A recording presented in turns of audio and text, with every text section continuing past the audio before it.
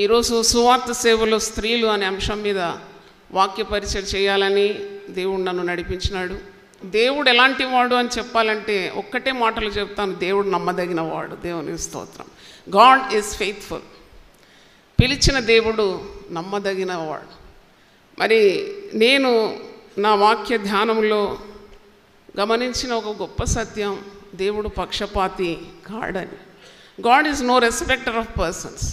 దేవుడు ఎవరినైతే పిలుస్తాడో వారిని అంతం వరకు నిలబెట్టగలడని, వారు తన ప్రణాళికలో ఉన్నవారని, దేవుడు తన ఉద్దేశాలన్నీ కూడా వారి పట్ల నెరవేరుస్తాడు. దేవుడు బలవంతులను ఎన్నుకుంటాడా, చాలా జ్ఞానవంతులను ఎన్నుకుంటాడా, చాలా అందగాళ్ళని ఎన్నుకుంటాడా?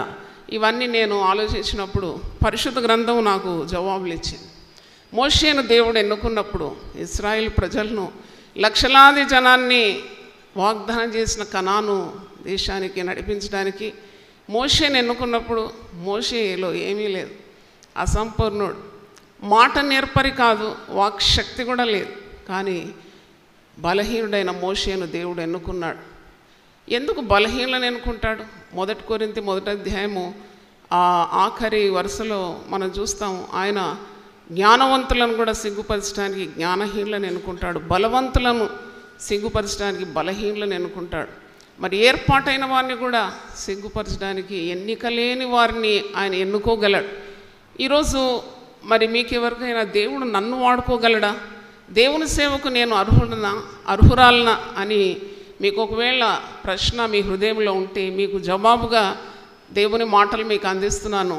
తప్పకుండా దేవుడు మిమ్మల్ని పిలిచినప్పుడు మిమ్మల్ని పట్టుకొని నడక నేర్పించి నిలబెట్టి తన కార్యాలు మీ ద్వారా జరిగించగలడు. మీ బలాన్ని బట్టి కాదు, దేవుని బలము మీ ద్వారా లోకానికి చూపెట్టగలడు. దేవుని స్తోత్రం. నేను సేవ ఆరంభించినప్పుడు మరి నేను ఈ లోకరీతిగా హైలీ క్వాలిఫైడ్, నేను 3 PG డిగ్రీలు తీసుకున్నాను, ఇంగ్లీష్లో బాగా మాట్లాడగలను, తెలుగు నాకు రాదు. తెలుగు రానప్పుడు మాతృభాష మలయాళం. నేను ఒక 50 రోజులు దేవుని సన్నిధిలో ప్రార్థన చేసినాను. ఆంధ్ర తెలంగాణ ప్రదేశాల్లో దేవుని వాక్యం అందించాలంటే మరి ప్రభు నాకు భాష కావాలని నేను ప్రార్థన చేసినాను. దేవునికి వందనాలు చెల్లిస్తున్నాను. దేవుని మహిమార్థం ఈ మాటలు చెప్తున్నాను. మన అవకతవకలన్నీ కూడా దేవుడు సరిచేయగలడు. అసంపూర్ణమైన మనల్ని సంపూర్ణం చేసి వాడుకుంటాడు. తెలుగు భాష నాకు అనుగ్రహించినాడు. మా తల్లి ఒక మాట చెప్పింది, నీకు దేవుడు తెలుగు ఇస్తాడు, ఎందుకంటే దేవుడు నిన్ను వాడుకోవాలని ఆశిస్తున్నాడు. తెలుగు మాట్లాడే వారికంటే నువ్వు ఎక్కువగా తెలుగు మాట్లాడతావు అని చెప్పింది. దేవుని స్తోత్రం. ప్రార్థన ఆలకించే దేవుడు ఒకవేళ మీకు సేవలో ముందుకు సాగాలంటే మీకు భాష ఇస్తాడు, మీకు కావలసిన వనరులు ఇస్తాడు, ఆరోగ్యం ఇస్తాడు, దర్శనం ఇస్తాడు. దేవుడు ఎప్పుడైనా దర్శనం ఇస్తే దాన్ని పూర్తి చేయడానికి దేవుడు కావలసిన వనరులు కూడా ఇస్తాడు. When God gives a vision, he gives a provision also. అలాగూ దేవుడు మరి తన బల ప్రభావములను నీ ద్వారా చూపెట్టడానికి ఎన్నికలేని నిన్ను ఎన్నుకుంటాడు. ఒంటరితనంలో నువ్వు ఉంటే కూడా దేవుడు నిన్ను ఎన్నుకోగలడు. యెషయా 60:22 వారిలో ఒంటరి అయిన వాన్ని నేను 10 వందలుగా మార్చగలను. దేవుని సేవ తప్పకుండా చేయాలి. నేను సేవకు అడుగు పెట్టినప్పుడు చాలామంది నన్ను నిరుత్సాహపరిచినారు. మీరెందుకు ఇంత మంచి ఉద్యోగాన్ని వదిలిపెట్టి, మీకు భర్త 3 పిల్లలు ఉన్నారు, లోకరీతిగా మీకు అన్ని సౌకర్యాలు ఆశీర్వాదాలు ఉన్నాయి, సేవ అంటే చాలా కష్టం కదా, సిలువ మోయడం కదా, మీరెందుకు ఇలాగూ సేవకు కంకణం కట్టుకున్నారని నన్ను అడిగినారు. అంటే చూడండి, దేవుడు మరి అలాంటి ఆత్మల భారం నాకు అనుగ్రహించి నన్ను ముందుకు అడుగు వేయమన్నప్పుడు నేను ఇవన్నీ లెక్క పెట్టలేదు. అంటే నాకు తెలుసు నేను గురి వద్దకు పరిగెత్తాలి. నేను అందరి మాటలు ఒకవేళ వింటే ఏ పని కూడా చేయలేకుండా పోతాను. కాబట్టి I have to focus on my calling. I did not look here and there. I just concentrated on my calling. దేవుడు ఒక గొప్ప సంఘాన్ని నడిపించడానికి దేవుడు కృపనిచ్చినాడు. దేవుని స్తోత్రం. దేవుని సేవ చేయడానికి దేవుడు తగిన సామర్థ్యాన్ని ఇస్తాడు. పరిశుద్ధాత్మ కుమ్మరింపబడినప్పుడు కేవలం పురుషుల మీద మాత్రం కాదు. అపోస్తలుల కార్యం 1:14 మీరు చూస్తే ఆనాడు మేడగదిలో పురుషులు ఉన్నారు, స్త్రీలు ఉన్నారు. యేసు తల్లి అయిన మరియ, మరికొందరు శిష్యులు, మరికొంతమంది స్త్రీలు, యేసును అనుకరించిన స్త్రీలు, వీరందరూ కూడి ఏకముగా ప్రార్థన చేసినప్పుడు పరిశుద్ధాత్మ శక్తి వారి మీదికి దిగిందని అపోస్తల కార్యం 2వ అధ్యాయంలో మీరు చూస్తారు. ప్రార్థన చేసినప్పుడు స్త్రీలు ఉన్నారు, పురుషులు ఉన్నారు. God is not a respecter of persons. నేను ఒక అబలను కదా, నేను ఈ పని చేయగలనా, నేను ఒక స్త్రీని కదా, నేను సువార్త సేవ చేయగలనా అనే తప్పుడు అపోహలుంటే ఈరోజు దేవుడు అది మీ హృదయాల నుండి, తలంపుల నుండి తొలగించాలని నేను ప్రార్థన చేస్తున్నాను. సువార్త సేవ ప్రతి ఒక్కరికి ఇవ్వబడిన ఆదేశం. మీరు సర్వలోకానికి వెళ్ళండి, సర్వ సృష్టికి సువార్త అందించండి. నేను పరిశుద్ధ గ్రంథంలో చూసినప్పుడు ఇది పురుషులకు మాత్రమే అని ఎక్కడ బ్రాకెట్లో లేదు.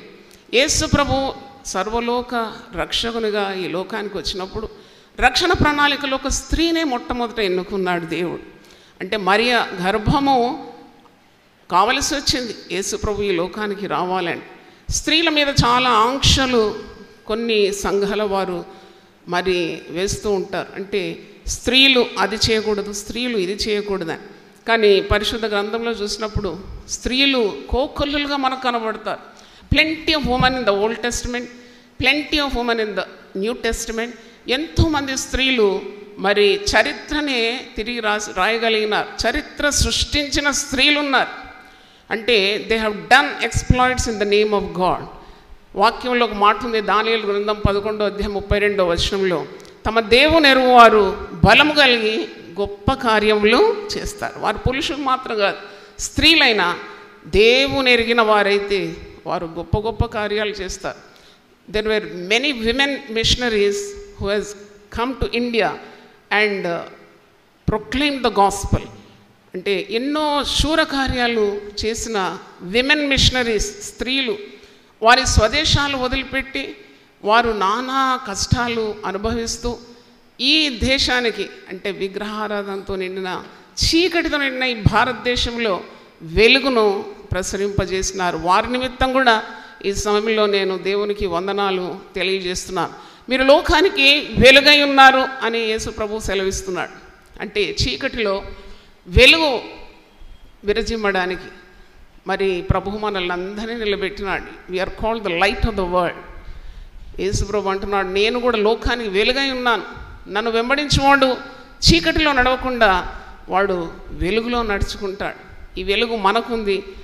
ఈ వెలుగు ఇతరులకు కూడా అందించే బాధ్యత కూడా దేవుడు మన మీద మోపినాడని చెప్పడంలో అతిశయోక్తి లేదు. మీరు లోకానికి ఉప్పై ఉన్నారు. అదెంత పెద్ద మాట. మీరు లోకానికి ఉప్పై ఉన్నారు. No one ever told that word. ఉప్పు మరి సారవంతమై ఉండాలని. ఉప్పు చాలా కొద్దిగా వేస్తాం వంటకంలో, కానీ వంటకానికి అంతా కూడా రుచినిస్తుంది. క్రిస్టియన్స్ అంటే మైనారిటీ అంటారు కదా, మీరు చాలా స్వల్ప జనం, కానీ క్రైస్తవులు ఎక్కడున్నా లోకానికి రుచి ఇవ్వగలరు. దేవునికి స్తోత్రం. వారు కొద్ది మంది అయినా కానీ సర్వలోకానికి వారు రుచిని అందించగలరని మరి నేను చెప్పగలను. పరిశుద్ధ గ్రంథంలో చూసినప్పుడు దేవుడు ఏ ఉద్దేశంతో స్త్రీని సృష్టించినాడు.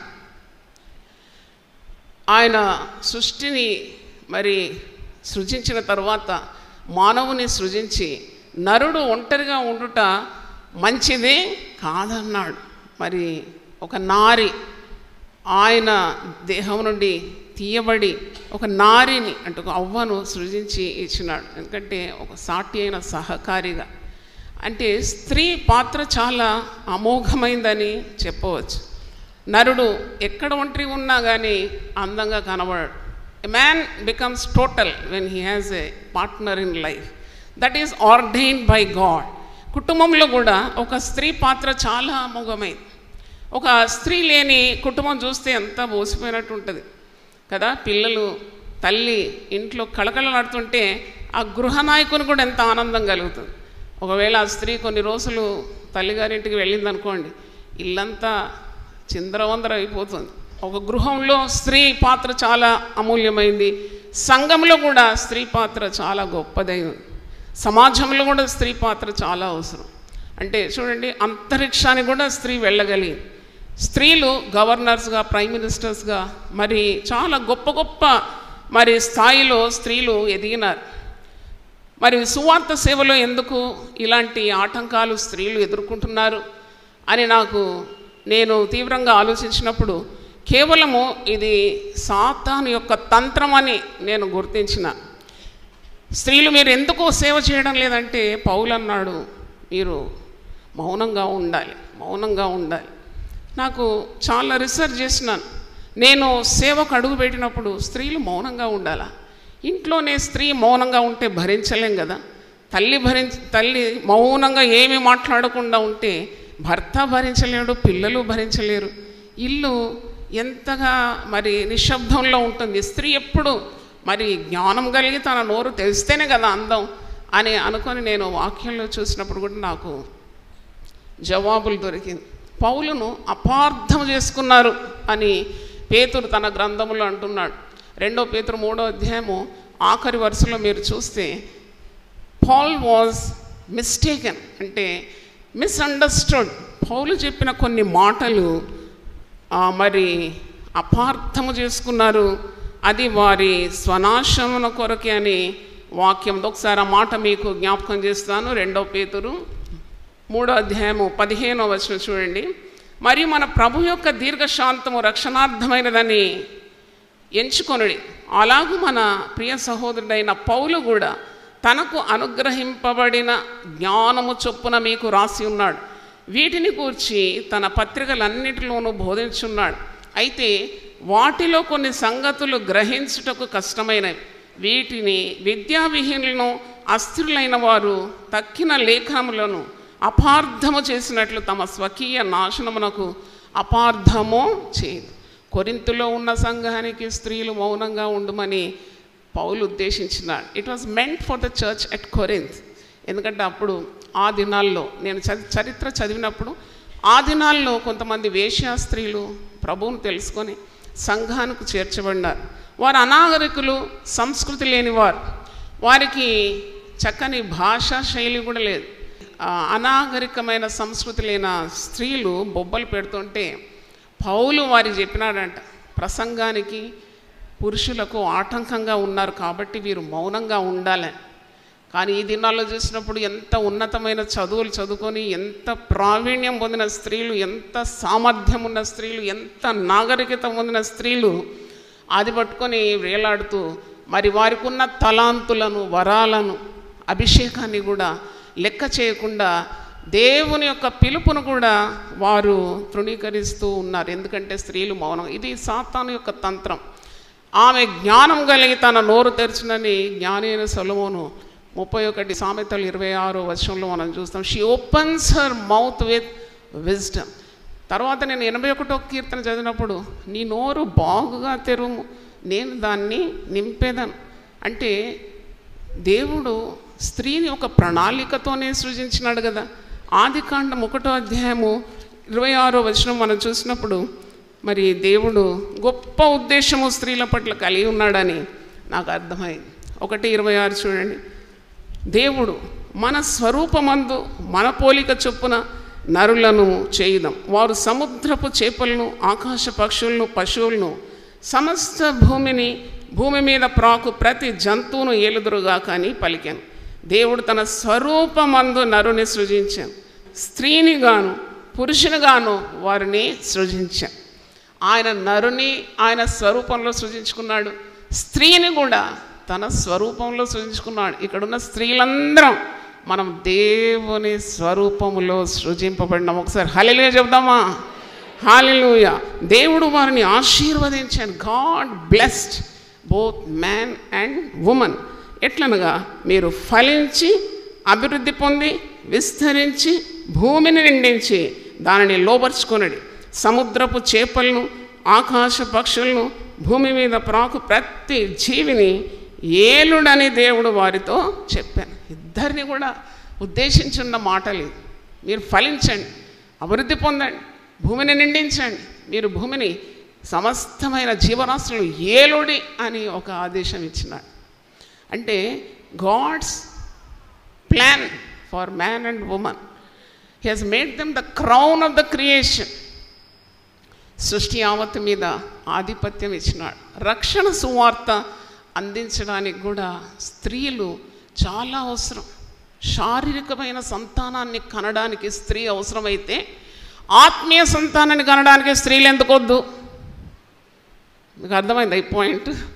అవును, శారీరకమైన సంతానానికి స్త్రీ చాలా అవసరం. ఒక పురుషుడు స్వయంగా సంతానాభివృద్ధికి ఉపయోగపడాడు కదా.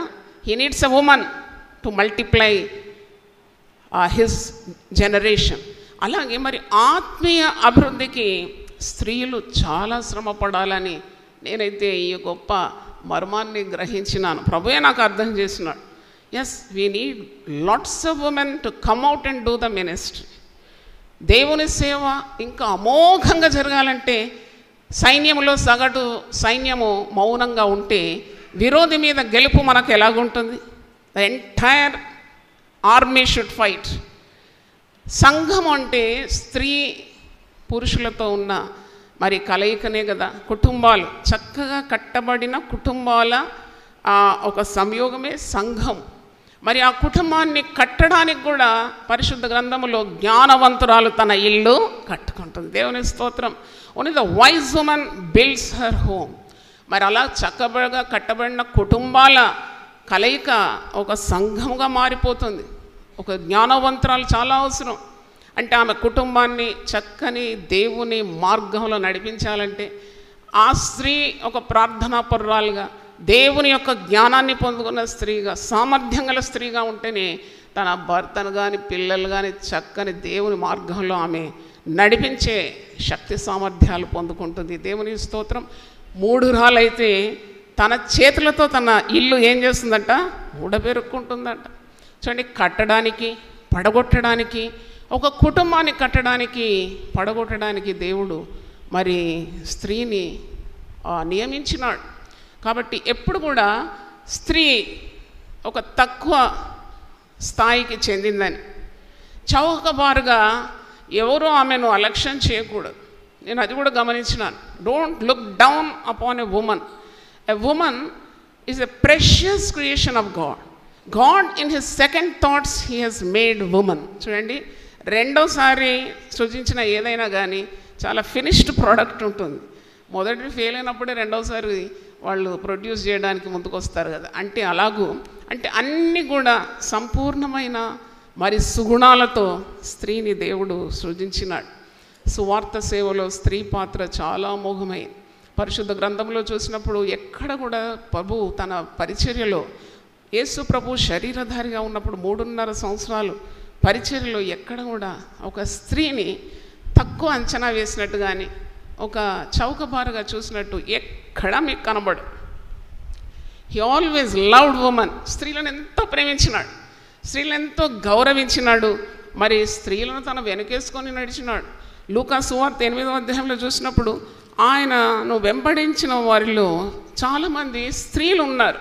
లూకా సువార్త 8వ అధ్యాయము 2వ వచనం చూడండి. 12 మంది శిష్యులను, అపవిత్రాత్మలను, వ్యాధులను పోగొట్టబడిన కొందరు స్త్రీలను, అనగా 7 దయ్యములు వదిలిపోయిన మగ్దలేనే అనబడిన మరియయు, హేరోదు యొక్క గృహ నిర్వాహకుడు కూజా భార్య యోహన్నయు, సూసన్నయు ఆయనతో కూడా ఉండేది. వీరును ఇతరులు అనేకులు తమ కలిగిన ఆస్తితో వారికి ఉపచారము చేయించు వచ్చేది. అంటే ఆయన ఎన్నుకున్న వారిలో స్త్రీలు లేరని కొందరు వాదిస్తారు. పురుషులను మరి ఆయన దీర్ఘ ప్రయాణాలు చేయాలి, ఆయన గ్రామానికి వెళ్ళాలి. అప్పుడు స్త్రీలను మరి శిష్యరికంలోకి పిలుచుకుంటే కొన్ని అవస్థలు ఉంటాయి. కాబట్టి ఆయన 12 మందిలో స్త్రీలను ఎంపిక చేయలేదు. కానీ ఆయన వెళ్ళే చోటెల్లా కూడా స్త్రీలు, ధనవంతురాళ్ళైన స్త్రీలు ఆయనను వెంబడించినారని, పరిచర్యలో పాలిభాగస్తులైనారని, తమ ధనాన్ని కూడా వ్యయం చేసినారని పరిచర్య కొరకు మరి ఇంతగా రుజువులు పరిశుద్ధ గ్రంథంలో ఫలించాలి అని ఈరోజు ప్రభువు నాతో మాట్లాడినాడు. స్త్రీ 3 బారిన జీవితం జీవించకూడదు. అన్ని సాకులు చెప్పుకుంటూ మరి పరిశుద్ధ గ్రంథం ఇలాగుంది అలాగుందని చెప్తూ మౌనంగా ఉంటే దేవుడు నీకు ఇచ్చిన తలాంతులు, నీకు ఇచ్చిన ఆరోగ్యం, నీకు ఇచ్చిన ధనము, ఇవన్నీ నీవు దేవుని రాజ్యం కట్టబడడానికి నీవు ముందుకు రాకుంటే, ఇవన్నీ అనుభవిస్తూ నీవు మాత్రము మరి నిన్ను నీవు తృప్తిపరుచుకుంటూ ఉంటే తప్పకుండా నీవు లెక్క ఒప్ప చెప్పవలసి వస్తుంది. ఒకరోజు నేను అనుకున్నాను, ఈ సేవలో వచ్చే కష్టాలన్నీ అనుభవిస్తూ మరి కుటుంబం నడిపించాలి. 10 సంవత్సరాలు నేను బ్యాంకులో పనిచేస్తూ సేవ, కుటుంబం, పరిచర్య, మరి బ్యాంకు ఉద్యోగం ఇవన్నీ మేనేజ్ చేస్తున్న దినాల్లో ఒకరోజు మరి విసిగిపోయినాను, చాలా అలసిపోయినాను. శరీరం అంతా నొప్పి, వేదన కలుగుతుంది. అసలు ఎందుకు వచ్చాను ఈ మార్గంలో? ఇంత భారం ఉంటుంది, ఇంత బాధ్యత ఉంటుందని నేను అనుకోలేదు కదా అని అన్నప్పుడు దేవుడు నాకు ఒక మాట జ్ఞాపకం చేసినాడు. అసలు నిన్ను దీవించింది ఇతరులకు నీవు దీవెనకరంగా ఉండాలని నేను నిన్ను ఆశీర్వదించినాను. You are blessed only to be a blessing to others. నీవు మాత్రం తృప్తిపడి బ్రతకడానికి కాదు అని నాకు మాట జ్ఞాపకం చేసినాడు. అప్పుడు నాకు నిజంగా దేవుని భయము నాలో వచ్చింది. 2 కొరింథీ 5:10. ఎందుకనగా తాను జరిగించిన క్రియల చొప్పున అవి మంచివైనను సరే చెడ్డవైనను సరే దేహంతో జరిగించిన వాటి ఫలమును ప్రతివాడును పొందినట్లు మనమందరమును క్రీస్తు న్యాయపీఠం ఎదుట ప్రత్యక్షము కావాలి. చూడండి, దేవుడిచ్చిన వరాలు, దేవుడిచ్చిన వనరులు, దేవుడిచ్చిన ధనము, ఆరోగ్యము, పేరు, మరి చదువులు, ఇవన్నిటి కూడా మనం జవాబుదారులమే. క్రీస్తు న్యాయపీఠం ఎదుట నిలబడాలి. ఫలించకుంటే చాలా ప్రమాదం. ఫలభరితమైన జీవితం కావాలి.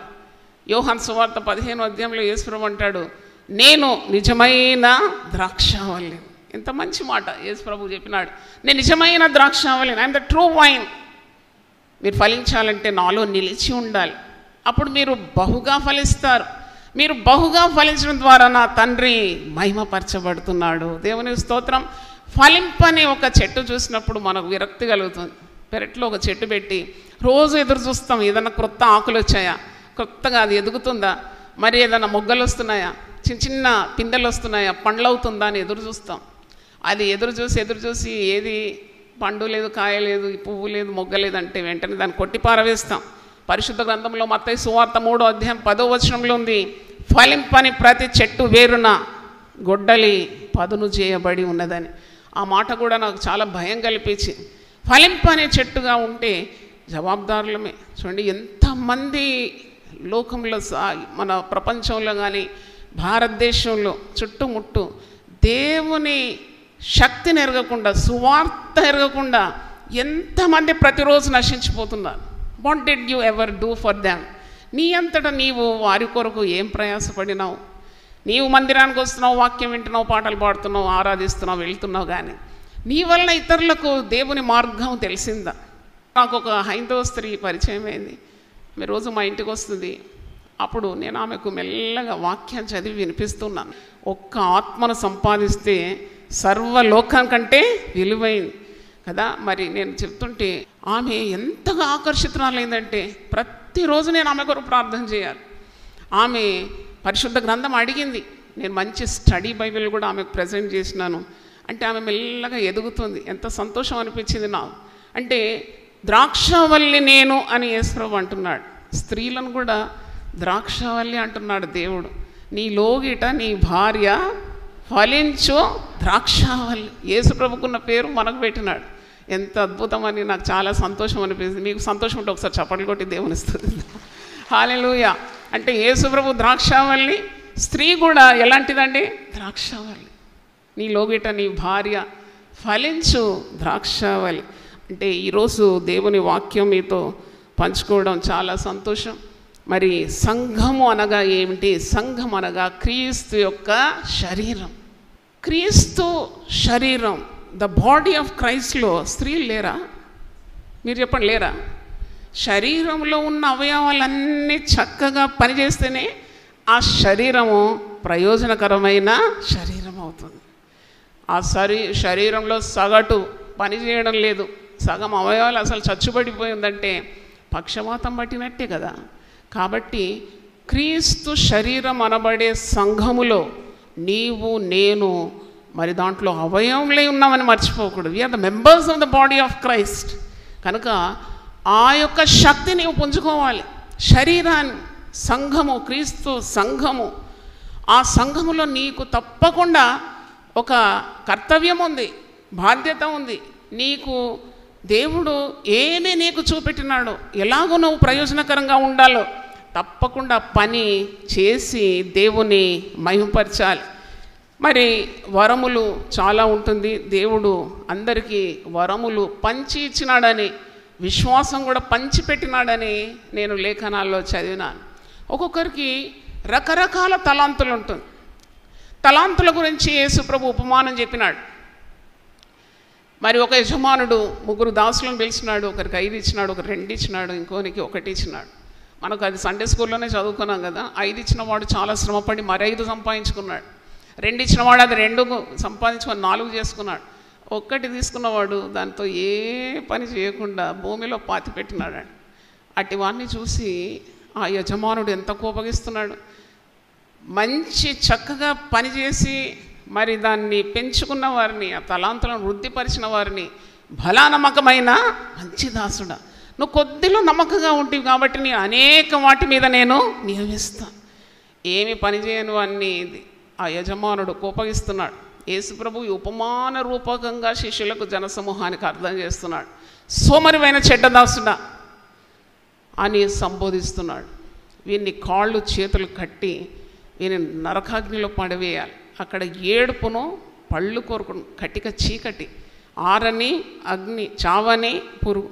నేను ఇది చదివినప్పుడైతే చాలా చాలా ఒకలాంటి ఆందోళన కలిగింది.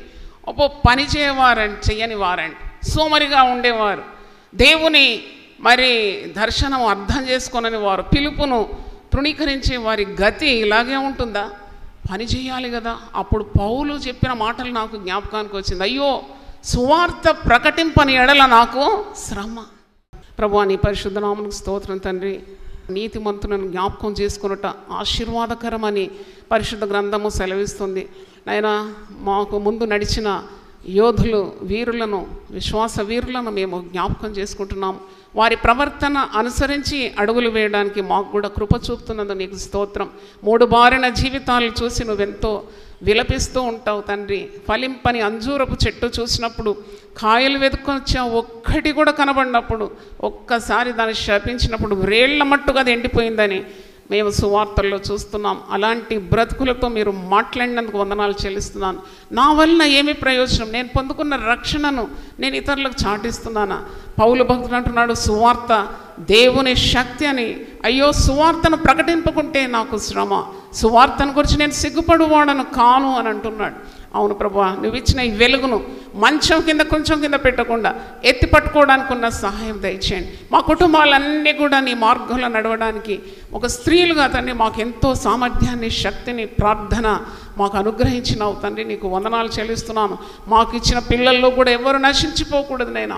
ఎంతోమంది తల్లులు వారి పిల్లల కొరకు ప్రార్థన చేసి లోకాన్ని తలకందులు చేసే భక్తులకు తల్లులైపోయినారు. వందనాలు చెల్లిస్తున్నాను. స్త్రీలలో నీవు ఆశీర్వదింపబడినాను, నీ గర్భఫలము ఆశీర్వదింపబడినని మరియతో ఎలిజబెతు మరి శుభవచనం పలుకుతుంది. నేను మేము ఆశీర్వదింపబడి మాత్రం కాదు, మా సంతానాన్ని కూడా నువ్వు ఆశీర్వదించే దేవుడు. ప్రతి కుటుంబంలో ఉన్న పిల్లల కొరకు మేము ప్రార్థిస్తున్నాం. పిల్లలను ఆశీర్వదించండి. రక్షణ లేని భర్తలకు రక్షణ దయచేయండి. స్త్రీకి నువ్వు అతీతమైన దైవశక్తి అనుగ్రహించినావు. పరిశుద్ధాత్మ ఏకంగా పురుషుల మీద, స్త్రీల మీద నువ్వు కుమ్మరించినావు. అంత్య దినములందు నా ఆత్మను సర్వ జనుల మీద కుమ్మరిస్తానని సెలవిచ్చిన దేవా, నాయన పక్షపాతం లేని దేవుడు. ఇదిగో స్త్రీలందరి కొరకు, పురుషులందరి కొరకు కూడా నీ దాసరాలు నేను ప్రార్థిస్తున్నాను. అయినా ఫలింపని ప్రతి చెట్టు మరి నశించిపోతుందన్నావు, ఫలింపని ప్రతి తీగను పారివేస్తానన్నావు తండ్రి. నిజమైన ద్రాక్షావళిలో మేము నిలిచి ఉంటే మేము బహుగా ఫలిస్తామని, బహుగా ఫలించడం ద్వారా దేవుడు మహిమపరచబడతాడని పరిశుద్ధ గ్రంథంలో మేము చూస్తున్నాం.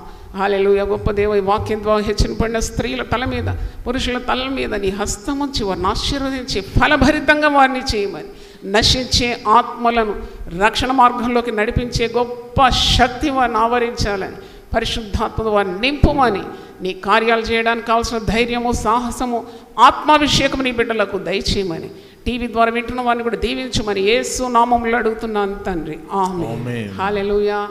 దేవుడు మన సమృద్ధిగా దీవించును గాక. దేవుడు మన సేవలో గొప్పగా వాడుకోను గాక. God bless you.